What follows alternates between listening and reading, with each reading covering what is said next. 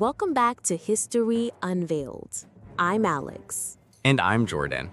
Today we're exploring the transformation within the Trade Union Congress, the TUC, during the late 1950s, the implications of its new leadership, and the emergence of Christopher Mayhew as a critical voice in labor politics. By 1956, the TUC saw a significant change in leadership, with Frank Cousins at the helm alongside Fred Hayday. This new, more radical leadership initiated campaigns for disarmament and the protection of the post-1945 welfare state. However, despite this shift towards less hawkishness on military issues, support for Israel remained strong.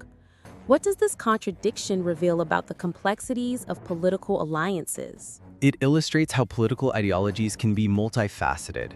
While the TUC sought to promote peace and disarmament, their historical ties to Israel and the lobbying efforts that accompanied those ties persisted.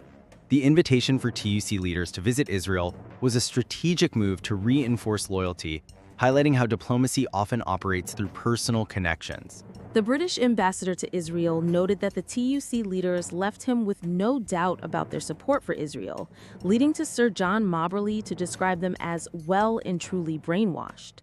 How did lobbying shape the relationship between the TUC and Israel during this period? Lobbying played a pivotal role in maintaining this relationship.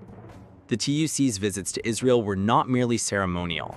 They were designed to ensure that British trade union leaders would support Israeli interests. This dynamic reflects how lobbying can effectively influence political leaders, even those advocating for progressive policies like disarmament. Until the June 1967 war, lobbying groups like Labor Friends of Israel had little to do, as British governments were largely granting Israel whatever it wanted, including arms supplies and support in the UN. What does this say about the political climate of the time? It indicates a strong alignment between the British government and Israeli interests, particularly given that Israel was governed by the labor-affiliated Mapai party. This alignment rendered advocacy efforts somewhat redundant, allowing lobbying groups to concentrate their efforts solely on the Labor Party. It's a fascinating example of how political context can dictate the effectiveness of advocacy. This period also coincided with the time of reorganization for the Palestinian national movement, which struggled to assert itself on the regional and international stages. How did this lack of visibility affect the political landscape? The Palestinian movement's inability to present a strong front allowed for a one-sided narrative in British politics. With the Labour Party focused on its relationship with Israel, Palestinian voices were marginalized. This balance would shift dramatically after the 1967 war, but during this period, it highlights the challenges faced by emerging movements in the face of established political alliances. On the day war broke out in June 1967, Christopher Mayhew emerged as a notable figure, openly questioning Israel's claims and siding with the Palestinian struggle. What significance does Mayhew's position hold for the Labour Party and the broader political discourse? Mayhew's stance was groundbreaking for a Labour politician at that time. His willingness to publicly express doubts about Israel's narrative marked a significant shift in the party's discourse.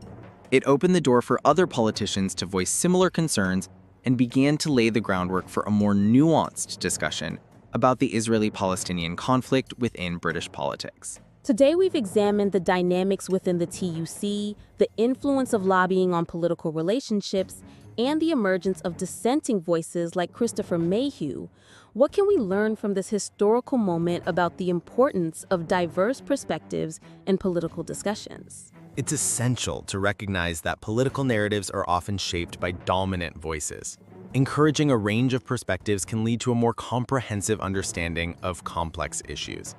As we reflect on these dynamics, how can we ensure that marginalized voices are included in our current political dialogues? Thank you for joining us. We hope this episode has shed light on the intricate relationships within British politics during the late 1950s and the significance of dissenting voices. Let's continue to explore how these historical narratives inform our understanding of contemporary issues. See you next time on History Unveiled. We'll be back with more stories that shape our world.